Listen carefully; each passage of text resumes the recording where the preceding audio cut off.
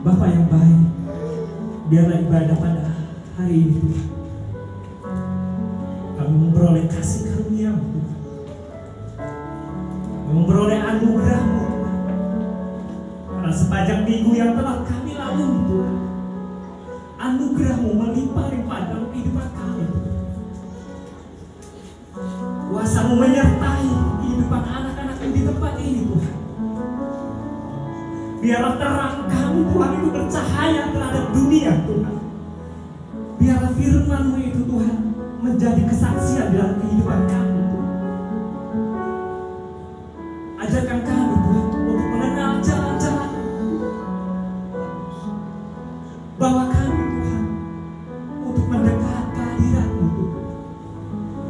Karena kerinduan kami pada saat ini Tuhan, kami mau menyenangkan hati Engkau Bapa. Kami mau bersekutu dengan Engkau ya Bapa, karena Engkau terlalu baik bagi kami. Kebaikan-Mu Tuhan mengatasi langit dan bumi. Perlindungan-Mu Tuhan tiada terbatas dalam kehidupan kami. Kami merasakan pertolongan-Mu demi pertolongan-Mu Tuhan. Ajarkan kami Tuhan untuk berdiam di pelataran-Mu Tuhan, menikmati segala anugerah-Mu, segala kebaikan-Mu Tuhan. Kami menyerahkan kehidupan kami pada siang hari ini Tuhan ke dalam penyertaan tangan Tuhan yang penuh dengan kuasa. Mungkin secara tubuh kami lebih lesu, berbeban berat, masalah kami terlalu banyak, tetapi satu hal yang kami percaya, kami memiliki Allah yang luar biasa. Kami memiliki Allah yang dahsyat, Allah yang sangat luar biasa. Terima kasih Pak. Kami mengucap syukur. Mari percaya sama-sama. Katakan amin. Terima kasih. Mari sama-sama berdiri Bapak Ibu. Mari kita angkat pujian ini. Seperti Raja Daud mengatakan, lebih baik satu hari di pelataran-Mu daripada 1000 hari di tempat lain. Biarlah itu juga menjadi kerinduan kita pada siang hari ini. Kita mau rindu berdiam di rumah Tuhan. Kita mau menikmati kehadiran Tuhan di tempat ini.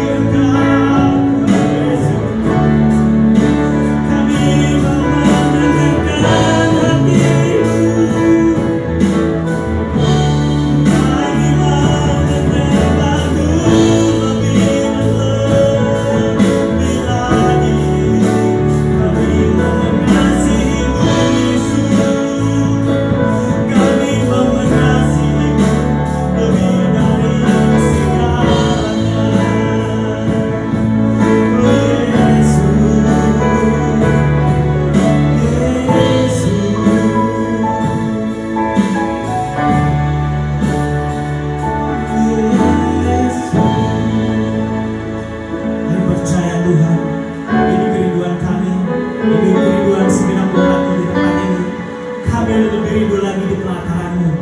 Mari yang percaya sama-sama katakan amin. Saya mau puji Tuhan Bapak Ibu. Ya, pujian ini mengatakan kiri kananku ada Tuhan. Ya. Sekelilingku ada Tuhan. Ya. Kalau Tuhan ada dekat dengan kita, apa yang perlu kita takutkan tidak ada. Amin. Kita tidak perlu takut, kita tidak perlu khawatir, kita tidak perlu cemas. Masa depan kita tidak perlu takut karena kanan kiri kita ada Tuhan. Amin. Mari kita akan pujian ini.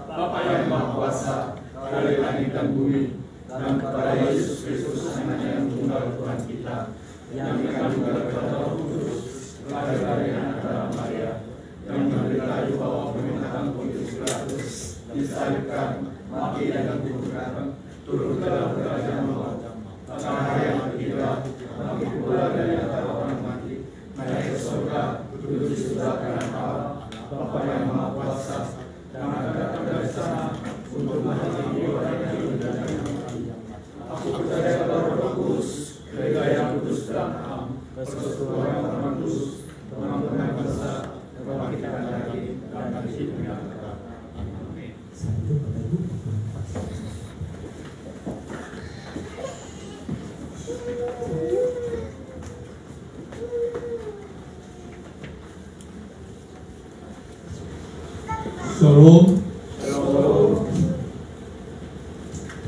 Ya, sudah masuk dalam bulan September ya, tapi masih panas ya, seperti musim guru belum datang. Musim panas belum datang ya. Musim panas belum muncul. Ya. Tapi kemana Bapak Saudara tetap semangat ya. Dan memang agak lelah berarti lesu ya, semangat dalam Tuhan itu. Tadi hari ini saya mau menyampaikan firman Tuhan tentang jerih payah yang tidak sia-sia. Jerih payah ya. Apa saudara sedang berjerih payah bekerja di dalam pabrik, berjerih payah melayani di dalam tubuh Kristus di gereja kita juga, tapi jerih payah itu tidak menjadi sia-sia. Supaya jerih payah itu tidak menjadi sia-sia, bagaimana kita hidup dalam sekarang ini ya. Jadi mari kita membaca firman Tuhan bersama-sama dalam 1 Korintus pasal 15 ayat 58 ya. 1 Korintus pasal 15 ayat 58, cuma satu ayat aja.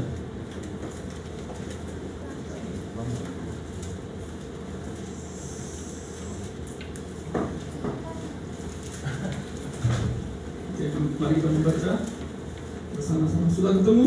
Amin. Ya. 3, 2, 1.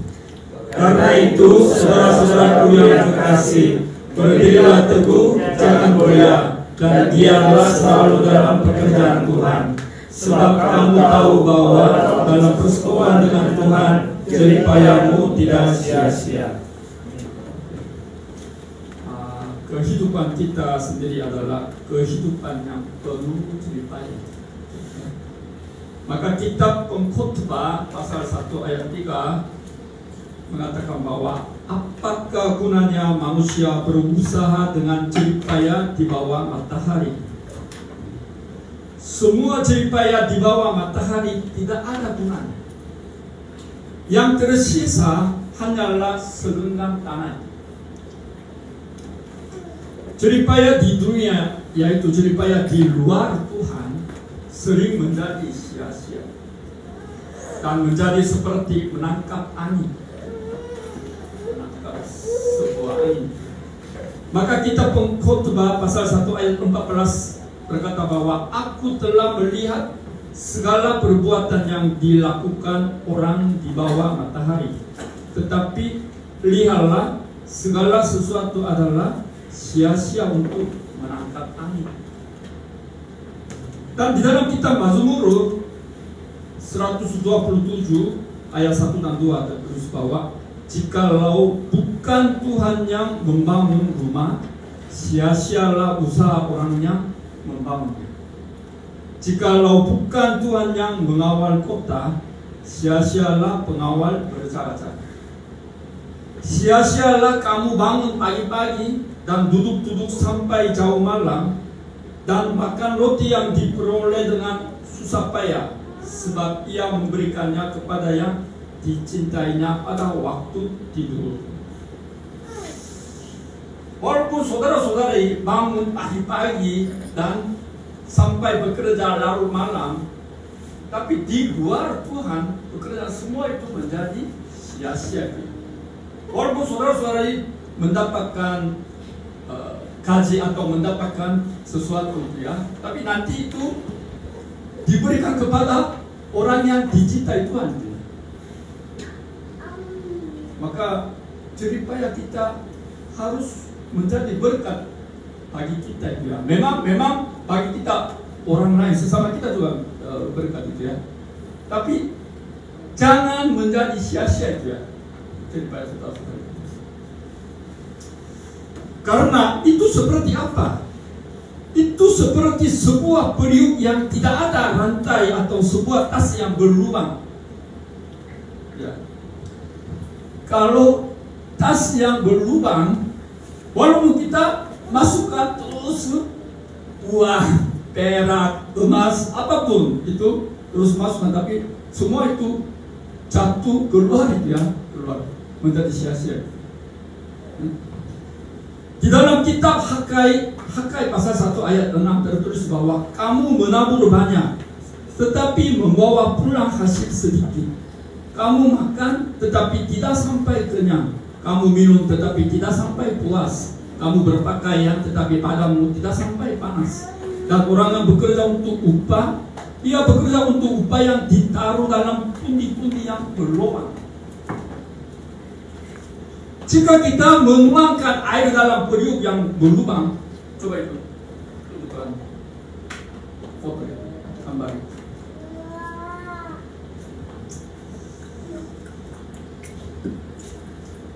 Air, ya, jika kita menuangkan air dalam periuk yang berlubang, apa yang akan terjadi?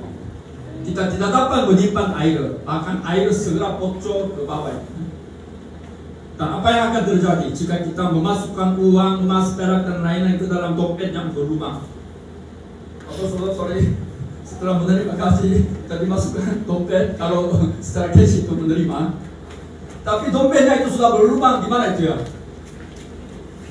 Nanti semuanya itu tidak ada disimpan lagi di dalam dompet. Meskipun kita memasukkan banyak, itu akan keluar melalui lubang. Tetapi bagaimana dengan jeripaya di dalam Tuhan?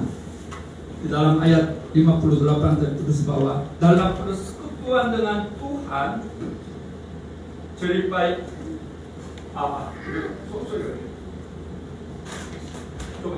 cek lagi.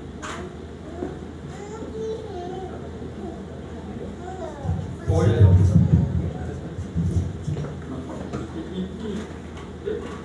paten mungkin. Paten sudah.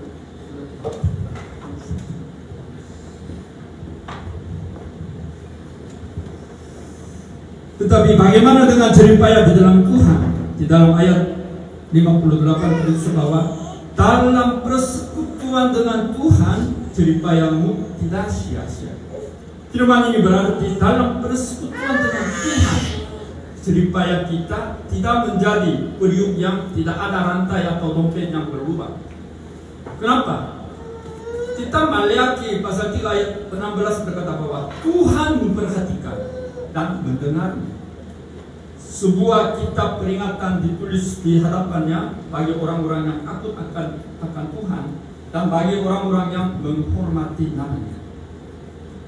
Karena Tuhan pasti membalas dengan upah di masa kini atau di masa depan. Di dalam kitab Lukas pasal 18 ayat 30 dikatakan bahwa sesungguhnya setiap orang yang karena kerajaan Allah meninggalkan rumahnya, istrinya, atau saudaranya, orang tuanya, atau anak-anaknya akan menerima kembali lipat ganda pada masa ini juga. Dan pada zaman yang akan datang, ia akan menerima hidup yang kekal. Sebagai referensi untuk usaha kita tidak menjadi sia-sia, apa yang harus didahulukan? Secara harfiah kita harus berjeripaya di dalam Tuhan. Rasul Paulus berbicara tentang jeripaya yang tidak sia-sia dalam teks hari ini. Kita harus hidup dengan jeripaya yang tidak sia-sia dan bermanfaat bagi diri kita sendiri, apalagi menjadi kebajikan dan kemurahan bagi orang lain, sehingga dapat memuliakan Tuhan. Kalau begitu, jeripaya mana yang tidak menjadi sia-sia? Yang pertama, jeripaya yang tidak sia-sia adalah jeripaya yang dipersembahkan kepada Tuhan. Di dalam ayat 58 tertulis bahwa karena itu saudara-saudaraku yang kekasih, berdirilah teguh, jangan goyah dan giatlah selalu dalam pekerjaan Tuhan, karena aku tahu bahwa jeripayamu tidak sia-sia di dalam Tuhan. Sebab kamu tahu bahwa dalam persekutuan dengan Tuhan, jeripayamu tidak sia-sia. Di dalam dunia ada banyak pekerjaan. Di antara itu, nama pekerjaan Tuhan betapa dimuliakan. Pekerjaan Tuhan, pekerjaan tentang masa akhirat, pekerjaan yang berkenan pada Tuhan, pekerjaan yang Tuhan dipermuliakan, pekerjaan yang dilakukan oleh Roh.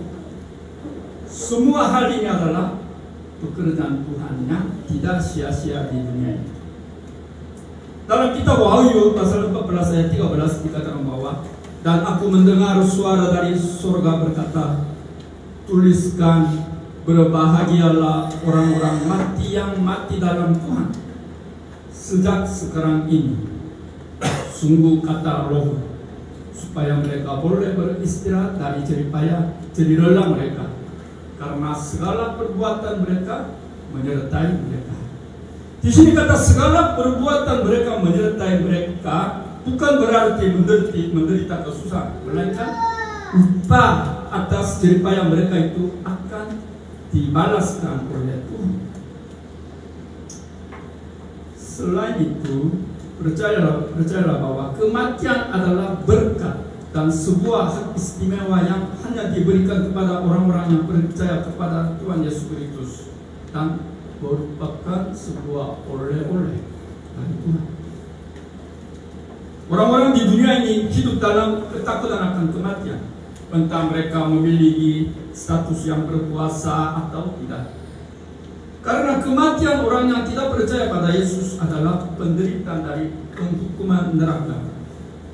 Suatu hari di mana mereka akan menggertakkan gigi dan meratap. Dan suatu permulaan di mana mereka akan dihakimi selama-lamanya dalam api yang tak terpadamkan. Tetapi kematian orang-orang kudus tidak demikian. Karena dari saat kematian itu air mata dan perkabungan, tangisan, sakit penyakit semuanya berakhir. Dan hari itu adalah hari yang masuk ke surga. Jadi di dalam Tuhan kematian pun tidak menjadi sia-sia.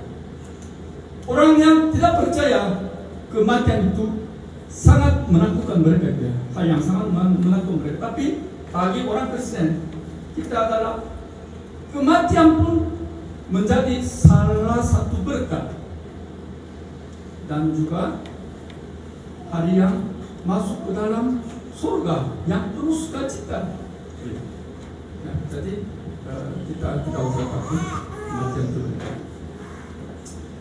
Jeripaya yang dipersembahkan kepada Tuhan adalah setia melayani dalam gereja yang menjadi tubuh Kristus, memberitakan Injil dengan siap sedia, baik atau tidak baik waktunya, dan membantu pekerjaan Tuhan dengan segenap tubuh, segenap hati, segenap waktu, dan segenap materi.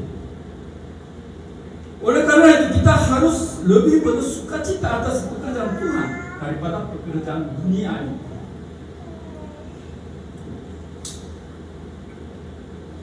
Bapak saudara bersukacita pekerjaan Tuhan. Ya, benar ya? Tidak pekerjaan di dunia ini lebih bersukacita. Yang kedua, jeripaya yang tidak menjadi sia-sia adalah jeripaya yang melayani oleh Roh Kudus. Di dalam kitab Filipi pasal 3 ayat 3 tertulis bahwa karena kitalah orang-orang bersunat yang beribadah oleh Roh Allah dan bermegah dalam Kristus Yesus dan tidak menaruh percaya pada hal-hal lainnya. Roh Kudus menolong kita dalam pelayanan Tuhan. Roh Kudus bekerja melalui tangan, mulut, dan tubuh kita. Jadi ketika Roh Kudus menyertai kita, kekuatan muncul lewat tangan kita. Ada tangan yang memberkati dan ada tangan yang mencuri. Di dunia ini ada orang-orang yang bermacam-macam. Ada orang yang sedang lahir di bumi ini melakukan hal-hal yang jahat dan dipenjarakan. Di sisi lain ada orang-orang yang membantu orang lain, membalut luka orang lain, menghibur orang lain, memegang orang lain, membimbing orang lain, dan memberkati orang lain, sehingga nama mereka termasyhur di sepanjang hidup dan dihormati oleh generasi selanjutnya dengan berjeripaya melayani oleh Roh Kudus. Dan meskipun bulunya sama, ada orang yang mengutuk seperti air pahit, mencurahkan segala macam keluhan, kata-kata beracun, dusta, dan kemarahan dari mulutnya. Tetapi orang yang berjeripaya melayani oleh Roh Kudus selalu memiliki mata air yang mengalir dengan anugerah dan kebenaran di dalam mulutnya, sehingga hidup dengan mengucapkan kata-kata kasih cinta, kata-kata yang menyampaikan kehendak Allah, dan kata-kata yang diberkati untuk menyampaikan firman yang hidup. Perkataan Petrus berbeda apa yang ia sampaikan sebelum menerima Roh Kudus dan setelah menerima Roh Kudus.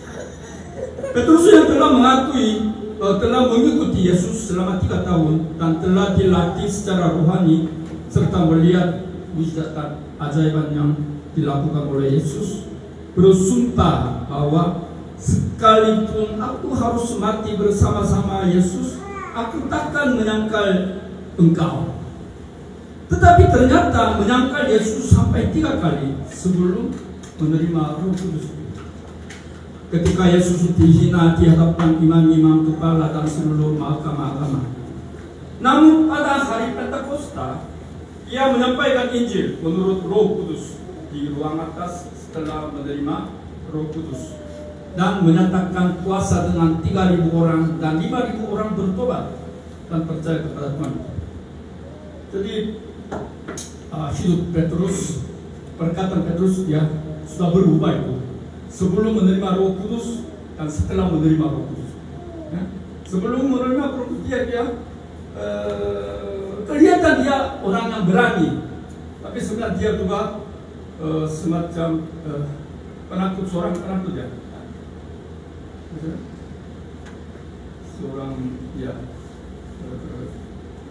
menyangkal Tuhan Yesus ya, tapi setelah menerima Tuhan Yesus dia benar-benar menjadi orang yang berani dan juga dia menyampaikan firman Tuhan di depan orang-orang itu kan, membuat orang-orang bertobat kembali. Itulah sebabnya Rasul Paulus berkata kepada jemaat di Filipi, beribadah oleh Roh Allah dan bermegah dalam Kristus Yesus.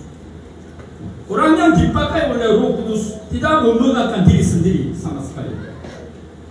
Mereka memegahkan Yesus, mereka meninggikan Yesus, memuji dan memberitakan Yesus. Yang terutama dalam hidup mereka adalah Yesus. Yang terpenting di dalam hidup mereka adalah Yesus. Pemilik hidup mereka adalah Yesus. Tujuan hidup mereka adalah Yesus.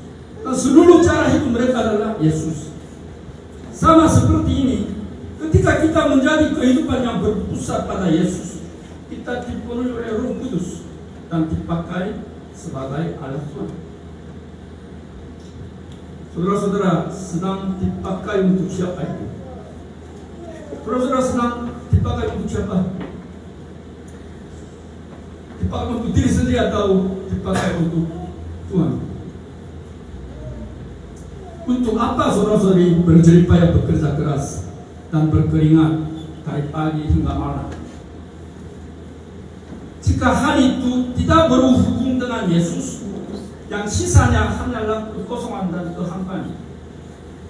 Namun bekerja keras, berkeringat, dianiaya, berdoa puasa dan berdoa sepanjang malam untuk Tuhan, itulah jeripaya dengan melayani oleh Roh Kudus. Berbeda dengan melayani oleh Roh Kudus dan oleh daging diri kita sendiri. Jika kita bekerja oleh Roh Kudus, kita akan melakukan dengan sukacita. Kita akan rela melakukan, dan kita akan melakukannya dengan penuh semangat. Di dalam kitab Yesaya pasal 6 ayat 8, ketika Tuhan berkata bahwa siapakah yang akan kuutus dan siapakah yang mau pergi untuk aku, Nabi Yesaya menjawab, ini aku, utuslah aku. Lebih baik jika kita melakukannya dengan kelelaannya daripada kepaksaan. Oleh karena kitab Roma pasal 12 ayat 11 berkata bahwa janganlah hendaknya kerajinan kendor, ialah rohmu menyala-nyala dan layanilah Tuhan. Saya juga mau melakukan dengan rela dan sukacita ya. Saya juga tidak mau melakukan dengan kepaksaan. Kalau suatu orang suruh saya mau iya rela itu bekerja. Itulah melakukan oleh Roh Kudus. Tapi kalau kepaksaan ya. Tapi kadang-kadang saya walau kepaksaan tetap bentar itu juga bagus ya. Orang Indonesia biasanya suka yang kepaksaan ya. Ya itu harus dengan rela ya, sukacita ya. Ketiga, jeripaya yang tidak menjadi sia-sia adalah menyelamatkan hidup, yaitu jeripaya yang memberitakan hidup. Jeripaya yang menyelamatkan hidup membawa orang yang akan masuk ke neraka ke surga dan memberkati orang yang akan dikutuk. Hari ini jika kita mengabadikan seluruh kekuatan kita untuk menyelamatkan hidup, percayalah bahwa Tuhan akan menolong kita dari belakang. Sekarang ini banyak orang berusaha untuk menghidupkan ekosistem alami. Tahu ekosistem alami? Ekosistem tahu? Alami. Ya. Saya itu tadi foto siapa lagi? Sebetulnya kita siapa kita. Namun ya kita orang yang belum mengenal Tuhan juga berusaha untuk menghidupkan ekosistem alaminya. Karena di bumi ini makin lama makin dikontaminasi ya, dan juga itu pasti mempengaruhi hidup kita itu. Jadi orang-orang itu menghidupkan ekosistem alami. Namun bagaimana kita bisa hanya diam-diam melihat banyak orang menuju ke neraka? Apapun yang terjadi, kita harus melemparkan tali hidup untuk menyelamatkan orang-orang yang sedang tenggelam ke dalam air kematian.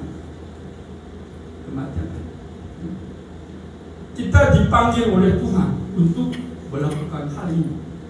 Untuk melakukan hal ini, Tuhan telah memberi tugas misinya bagi gereja. Gereja kita itu, tugas itu semua itu menyelamatkan hidup orang menuju ke neraka. Kita mengembalikan mereka ke hidup. Dunia ini menjadi semakin jahat.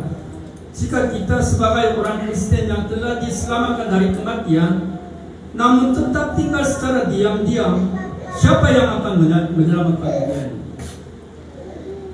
Rasul Paulus berkata dalam kitab Kisah Para Rasul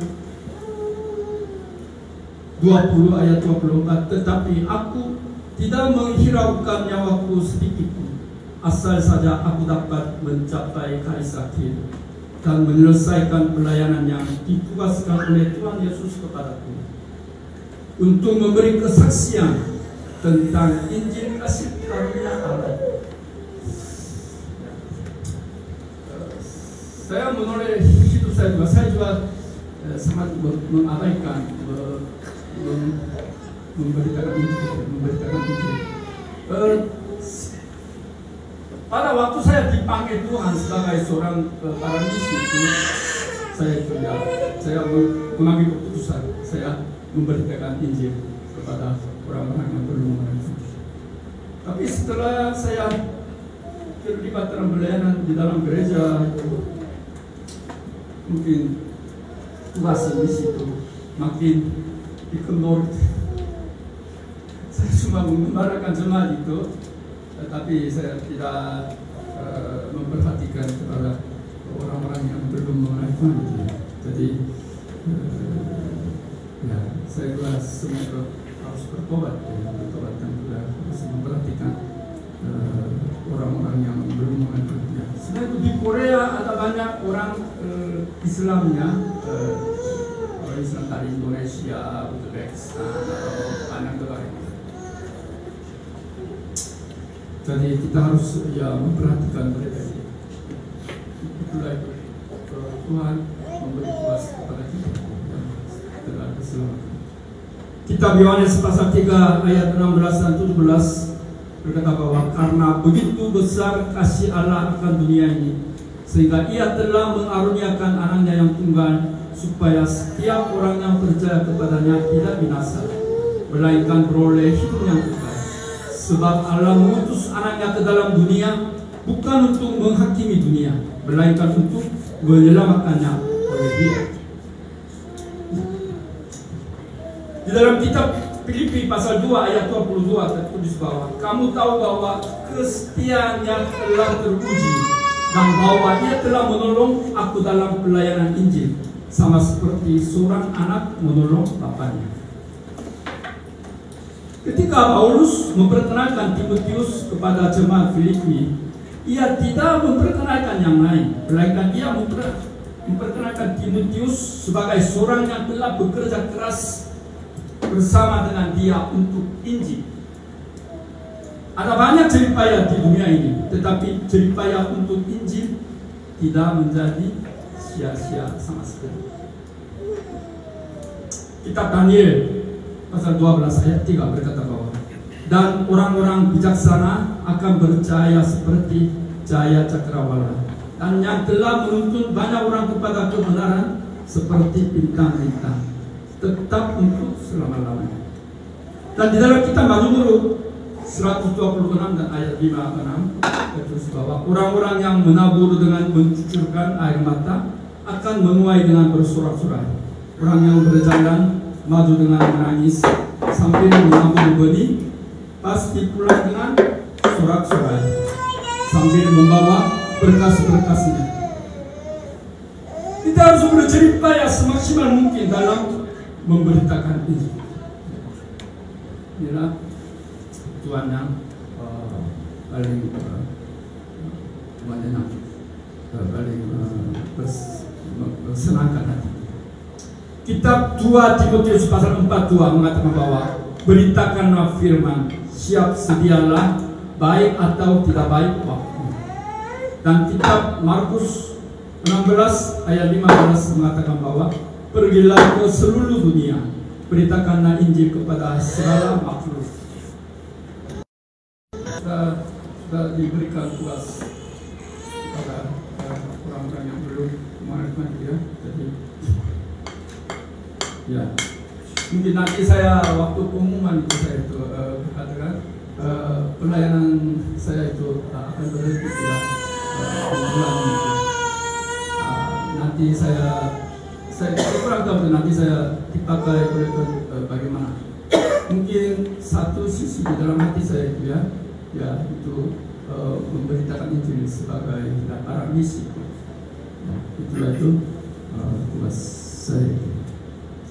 Semoga Bapak Ibu Saudara-saudari juga memberitakan Injil kepada teman-teman Muslim Indonesia yang ada di Korea ini. Sebenarnya itu di Indonesia susah ya memberitakan Injil ya. Tapi selama ada di Korea ini ya, Bapak Saudara bebas itu memberitakan Injil. Jadi memang dengan perkataan maupun perbuatan kita bisa menjadi memberitakan Injil ya. Pekerjaan rohani kita tidak akan menjadi sia-sia. Tuhan pasti ingat segala jerih payah kita untuk pekerjaannya. Kitab Wahyu pasal 2 ayat 2 berkata bahwa aku tahu segala pekerjaanmu, baik jerih payahmu maupun ketekunanmu. Aku tahu bahwa engkau tidak dapat sabar terhadap orang-orang jahat, bahwa engkau telah mencobai mereka yang menyebut dirinya rasul, tetapi yang sebenarnya tidak demikian. Bahwa engkau mendapati mereka pendusta, dan engkau tetap sabar dan menderita oleh karena namaku, dan engkau tidak mengenal lelah. Jemaat di Efesus dipuji secara rohani oleh Tuhan, karena meskipun mereka sangat menderita dalam kehidupan iman mereka, tetapi tetap percaya dengan sebaik-baiknya. Mereka memiliki keyakinan yang kukuh untuk mengatasi penderitaan yang mereka alami, tanpa memandang kesulitan apapun. Tuhan yang mengenal iman jemaat di Efesus ini memuji mereka. Tuhan mengakui kejeripayahan rohani jemaat di Efesus.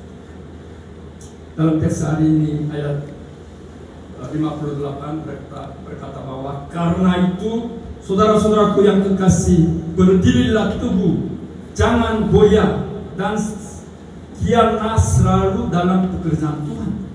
Sebab kamu tahu bahwa dalam persekutuan dengan Tuhan jeripayahmu tidak sia-sia. Allah tidak akan menyia-nyiakan pekerjaan baik yang telah kita lakukan. Dalam Matius pasal 10 ayat 52 dikatakan bahwa barang siapa memberi air sejuk secangkir saja pun kepada salah seorang yang kecil ini, karena ia muridku, aku berkata kepadamu, sesungguhnya ia tidak akan kehilangan upahnya daripadanya. Dan kitab Galatia pasal 6 ayat 9 berkata bahwa janganlah kita jemu-jemu berbuat baik, karena apabila sudah datang waktunya kita akan menuai jika kita tidak menjadi pedoman. Saya percaya bahwa Tuhan pasti akan membalas atas jeripayah kita yang melakukan kebaikan dengan upah yang besar. Saudara-saudara yang dikasih Tuhan, jeripayah yang dipersembahkan kepada Tuhan, jeripayah yang melayani oleh Roh Kudus, jeripayah yang menyelamatkan jiwa, menyelamatkan hidup, yaitu jeripayah yang memberitakan Injil, tidak akan menjadi sia-sia sama sekali. Saya memberkati saudara-saudari agar saudara-saudari menjadi orang kudus yang berjeripayah dengan segenap hati, sehingga bermanfaat bagi diri sendiri mencurahkan anugerah kepada orang lain, dan memuliakan Tuhan. Haleluya. Amin. Ya, Tuhan memberkati semua jemaat Aisyah. Ya, mari kita berdoa.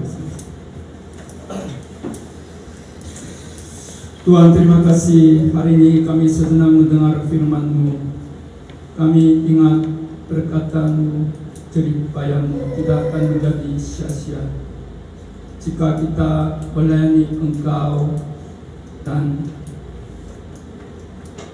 melakukan semua hal di dalam Roh Kudus, dan kami berusaha menyelamatkan jiwa-jiwa yang belum mengenal Engkau, yaitu melalui memberitakan Injil. Semuanya itu tidak akan menjadi sia-sia. Sekarang kami bekerja di dalam pabrik maupun di dalam tempat bekerja. Kiranya semua hal ini tidak menjadi sia-sia. Tuhan, kami ingat perkataan-Mu.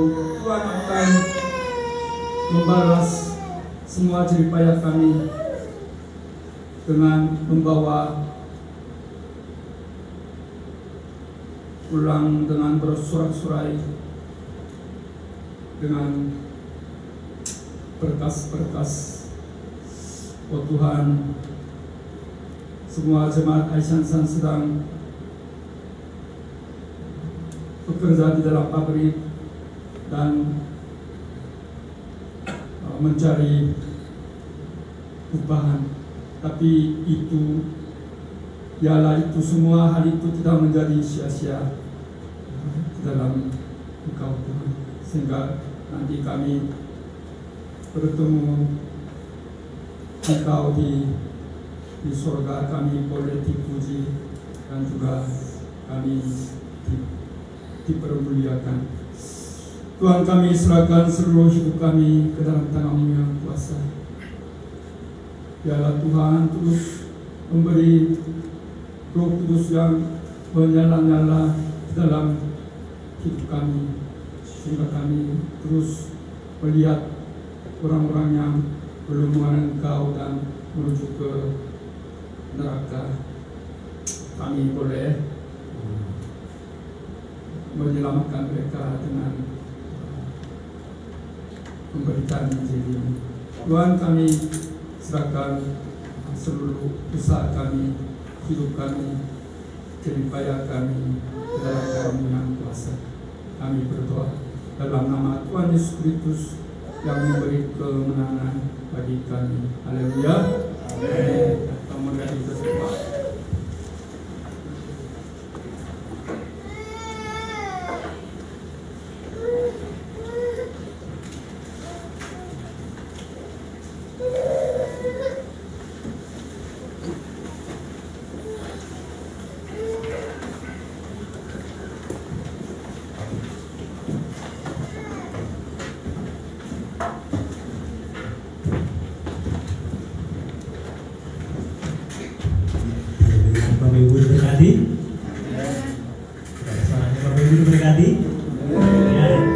Tuhan pada siang hari ini terus mengingatkan kita ya, agar kita terus giat melakukan pekerjaan Tuhan, supaya roh kita tetap menyala-nyala melayani Tuhan. Itu sangat penting.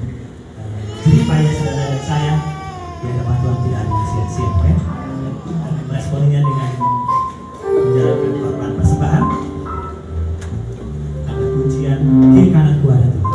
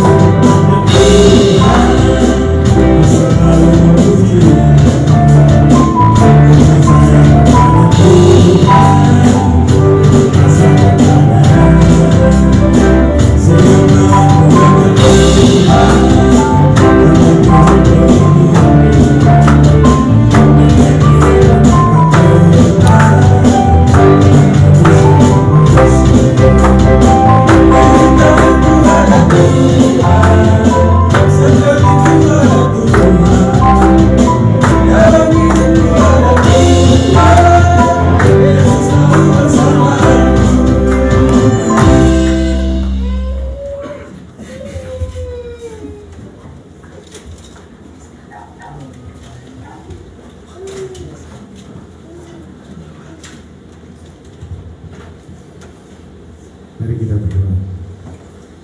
Terima kasih Tuhan, kami bersyukur kepadamu di siang hari ini kami boleh bersama-sama memuji dan membesarkan nama-Mu Tuhan. Terlebih kami boleh mendengarkan akan kebenaran firman Tuhan yang boleh menguatkan iman kami kepada-Mu Tuhan. Terlebih di siang hari ini kami juga memberikan persembahan Tuhan. Biarlah persembahan ini boleh berkenan kepadamu untuk pekerjaan-Mu Tuhan. Dan juga untuk orang-orang yang sudah memberikan persembahan ini Tuhan, memberkati setiap pekerjaannya, setiap apa yang menjadi kerinduannya Tuhan, dan biarlah itu boleh memperlihatkan nama-Mu. Terima kasih Tuhan Yesus, kami berdoa dan mengucap syukur. Haleluya. Amin.